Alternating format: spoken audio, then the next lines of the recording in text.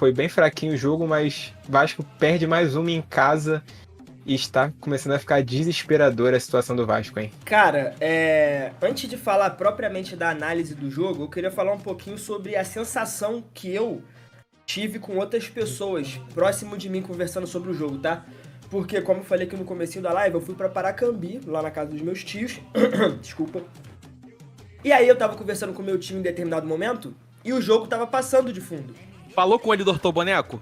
Eu esqueci, eu lembrei disso hoje tomando banho, você acredita? Pô, mó vacilão, Mas eu velho. esqueci, cara. Do nada me deu um estalo, eu falei, caraca, era pra eu ter falado com ele do Dr. Boneca. Mas enfim, a gente tava trocando ideia e o jogo tava passando de fundo, velho. E o Vasco já tava perdendo nesse momento, né? Já tinha saído 1-0. E aí ele virou e falou assim pra mim, cara, o Vasco vai cair mesmo, né? Que não sei o quê. E aí depois eu trocando ideia com meu pai falou a mesma coisa. Pô, caraca, o Vasco, né? O Vasco parece que vai cair, que não sei o quê e tudo mais.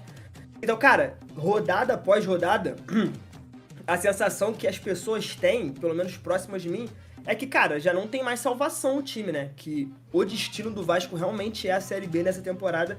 E, cara, eu não julgo essas pessoas porque realmente essa é a sensação que passa, né? O Vini, acho que pode falar melhor, por mais que não tenha assistido esse último jogo, mas ele vai ao Eu vi os melhores momentos e tal.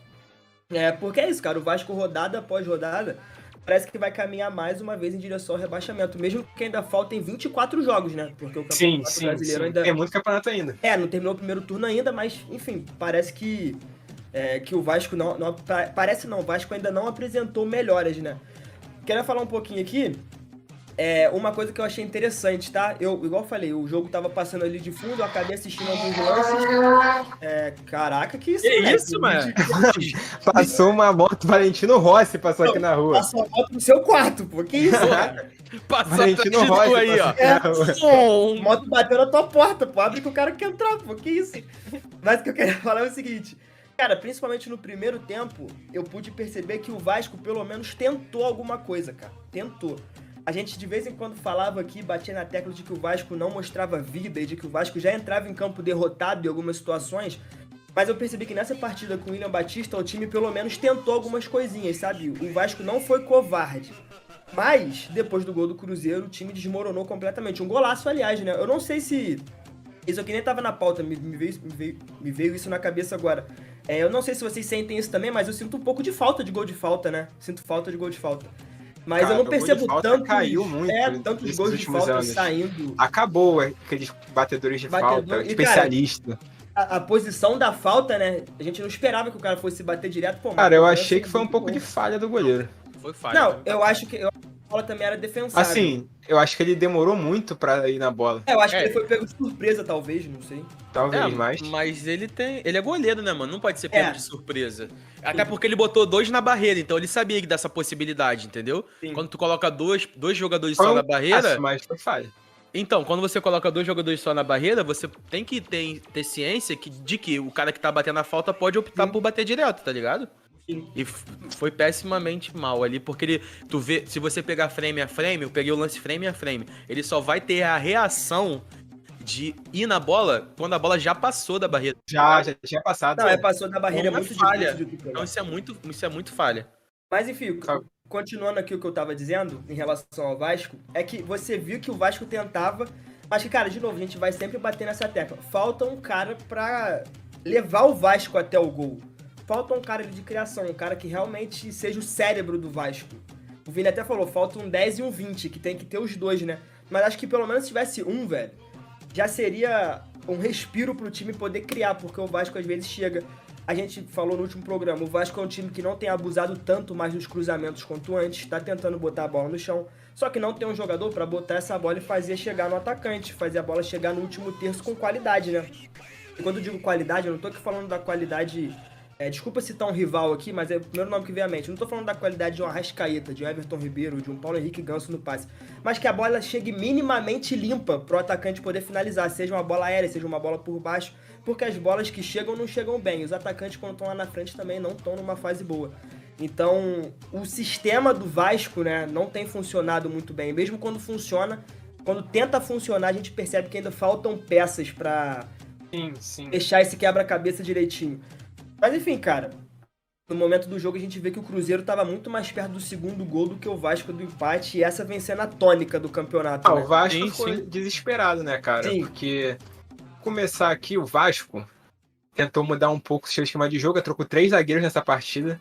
Entrou com o Capasso, o Léo e o Michael, que estreou até relativamente bem, não comprometeu. Foi uma boa estreia do zagueiro Michael. Mas é lento, é lento. Não, O Jean é um zagueiro lento, cara. É. Uma idade já Geladeira. avançada, ele é o zagueiro. Ele é zagueiro, não é o Bolt, não é o zagueiro Bolt. E, outra coisa que eu queria dizer aqui sobre o Orediano, cara. Ele teve mais uma chance, o time do Orediano teve mais uma chance no time titular e não aproveita as chances que ele tem, sabe?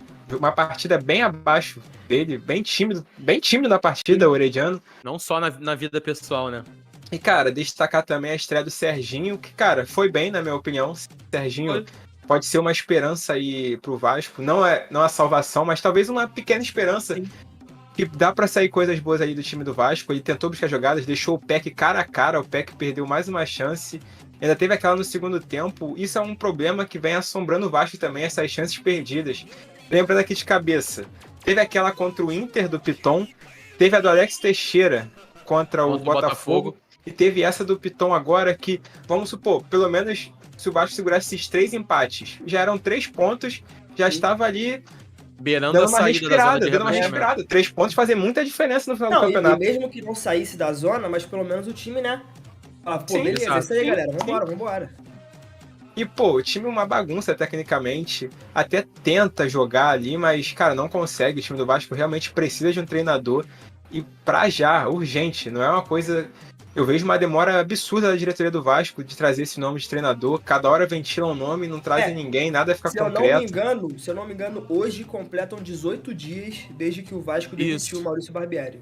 Perfeito. Sim. 18 dias, E quase o um mês já. Vasco agora vai ter 15 dias de livres na agenda, porque o jogo contra o América Mineiro, que aconteceria nesse final de semana que vai chegar, foi adiado por causa do América Mineiro, que, se não me engano, vai jogar Sul-Americana, se não estou enganado, tem que fazer uma viagem, algo desse tipo, tá?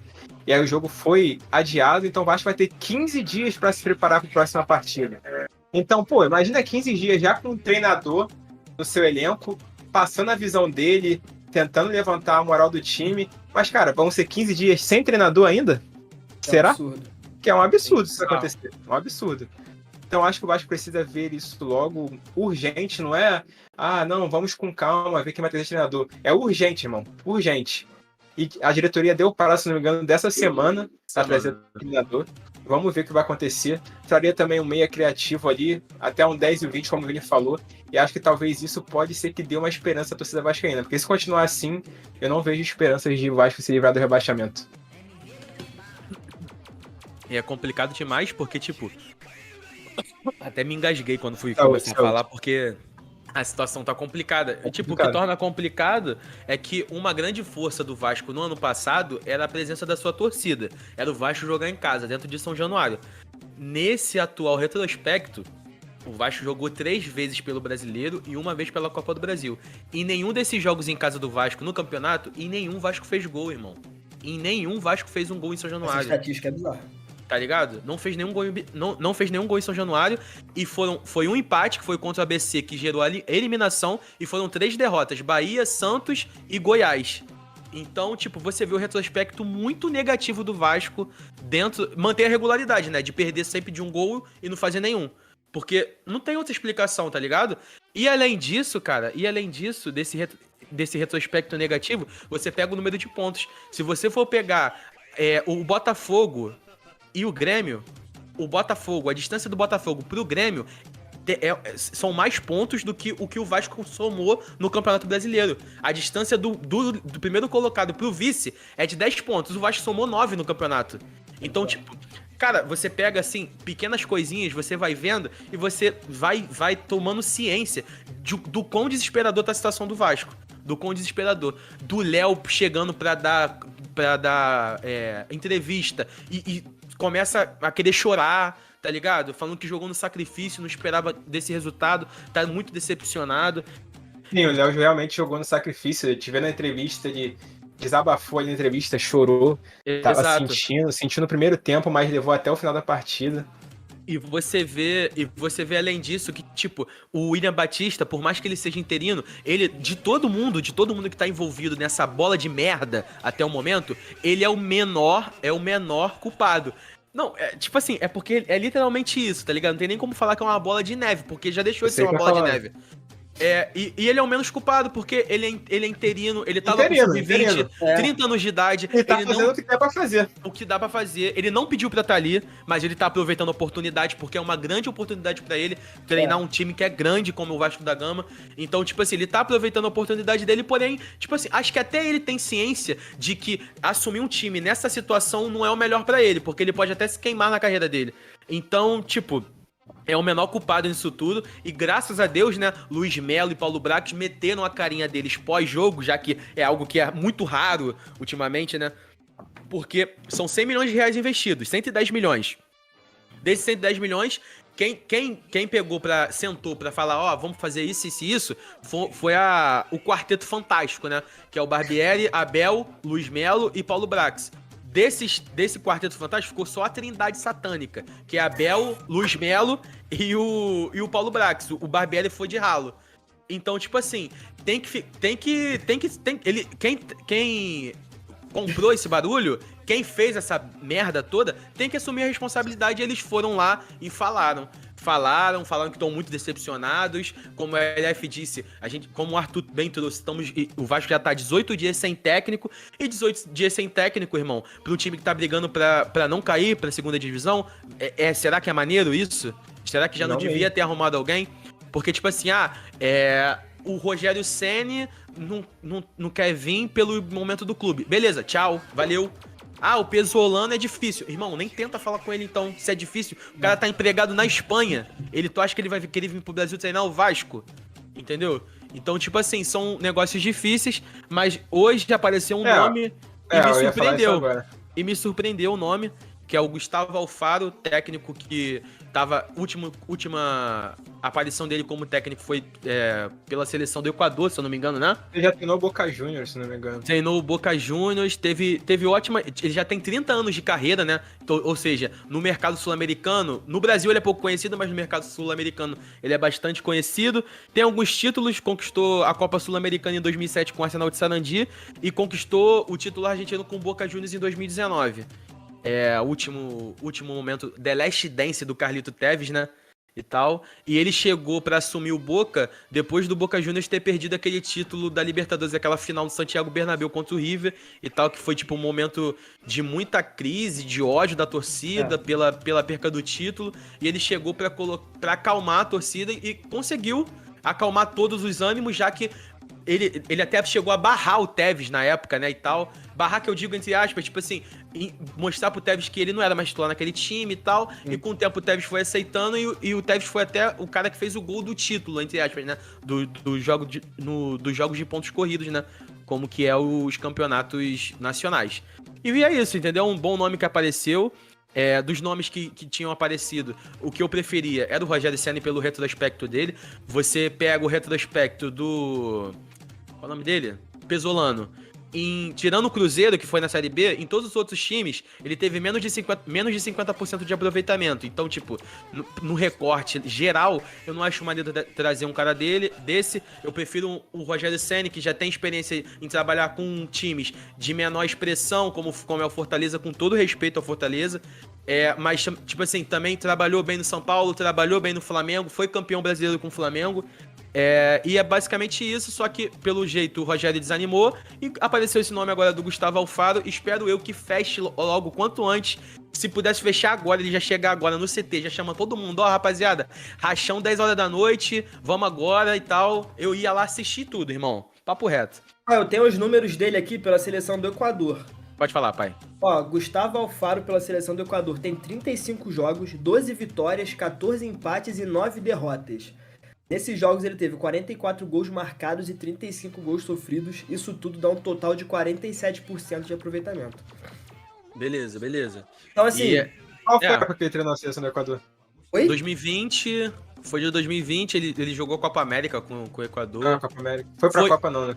Não. E tirou. O Brasil vinha invicto já. Acho que eram 10 jogos que o Brasil vinha invicto com o Tite. E o Equador conseguiu empatar com o Brasil e tal. Ele treinou até a Copa. Ele treinou até a Copa. Ele saiu. Mas Então, falar o seguinte, bom nome, interessante. Nome de experiência. O Vini tinha falado, abaixo de 50% eu não gosto. Mas, pô, 47 e 50, tipo...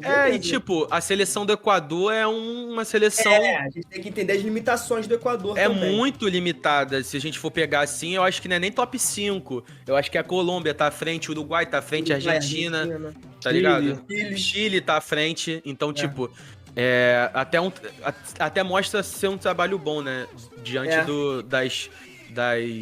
do que foi apresentado a ele, né? Então é basicamente isso. Acho um bom nome, experiente. Sim. Eu acho que é um cara que chega pra somar. Além disso, tem outros nomes, né, que vão ser pilares que estão chegando nessa janela, como por exemplo o Medel, que já vai ser apresentado ainda essa semana. Além do Medel, a gente também tem o Lucas Prato, que está sendo negociado, atacante de 35 anos.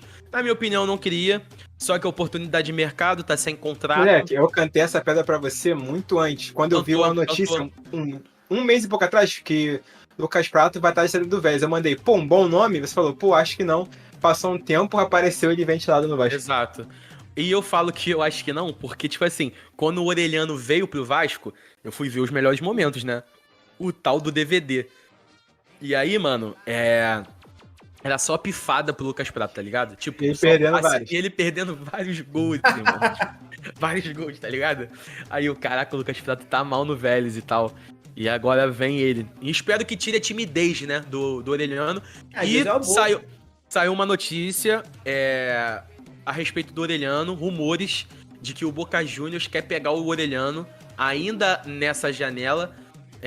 Ver com bons olhos a diretoria do Boca Juniors e ver que, tipo, o Orelhano não conseguiu se adaptar bem ao futebol brasileiro. Quer repassar, irmão? Vai com Deus, mas Vasco pagou 20 milhões? Me dá a grana de volta. Eu quero 20 milhões. Ou mais. Mais não, porque ele não subiu de patamar. Acredito que seja difícil. Até a gente fala em relação à positividade, né? Dele ser vendido pelo menos pelo mesmo preço que comprou. Mas acho que até assim, acho que deveria até vender por menos. Mas, tipo, se conseguir, 18 milhões, 19 milhões, vai com Deus, você não conseguiu se adaptar, você é tímido, você só joga na ponta direita, você não sabe marcar, então vai com Deus, volta pra Argentina, meu filho. Mais um argentino do Vasco Fluminense vai ser o novo Conca, maluco, vai jogar pra caraca. Manda Fluminense não.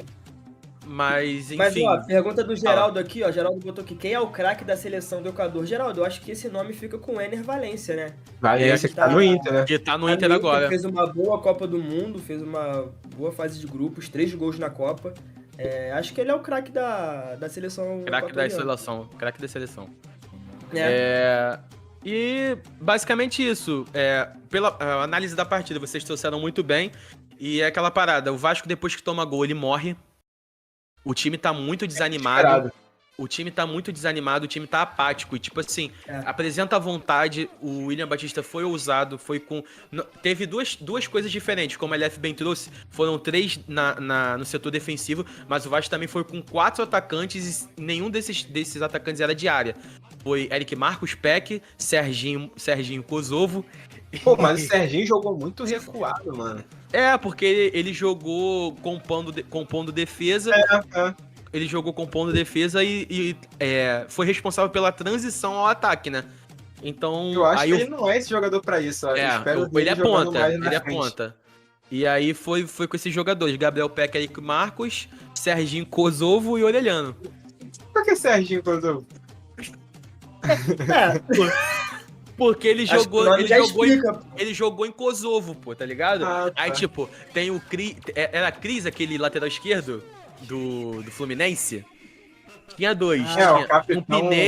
Tinha um Pineda e tinha um outro. Aí esse outro, acho que era Cris, não lembro o nome, desculpa, Cristiano, gente. acho. Era Cristiano. Aí esse era o capitão Moldávia, tá ligado? Que jogou no... Então o Serginho é o capitão Kosovo. Não, é o... que é isso, cara? Olha, você prefere Serginho puro ou tu prefere Serginho Kosovo? Porque, quero ver como é que tu prefere o nome, velho. Mas entrou bem, mano. Entrou bem. Achou que Achei jogou um bem. bom nome. Bom passe no. Bom passe Tu do achou que Pepe ele logo entrou no bem com o começo. Kosovo? Que isso, cara? Nossa, Cara, tá se perdendo. Aqui, o Lucão botou a Cris Silva. Cris Silva, capitão. capitão horrível, maluco horrível. Foi destaque no Sheriff. O Fluminense contratou ele por causa de um jogo contra o Real Madrid, se eu não me engano. Aí trouxe o cara, Capitão Moldávia chegou, Capitão Moldávia e Pineda. Acabou o campeonato com Caio Henrique na lateral esquerda. Ai, Muito bom, Mas mano. enfim, galera, vamos seguir aqui o programa. O Vasco agora só enfrenta o Atlético Paranaense daqui a 15 dias. Tem um bom tempo aí pra descansar, repensar aí, trazer logo o treinador.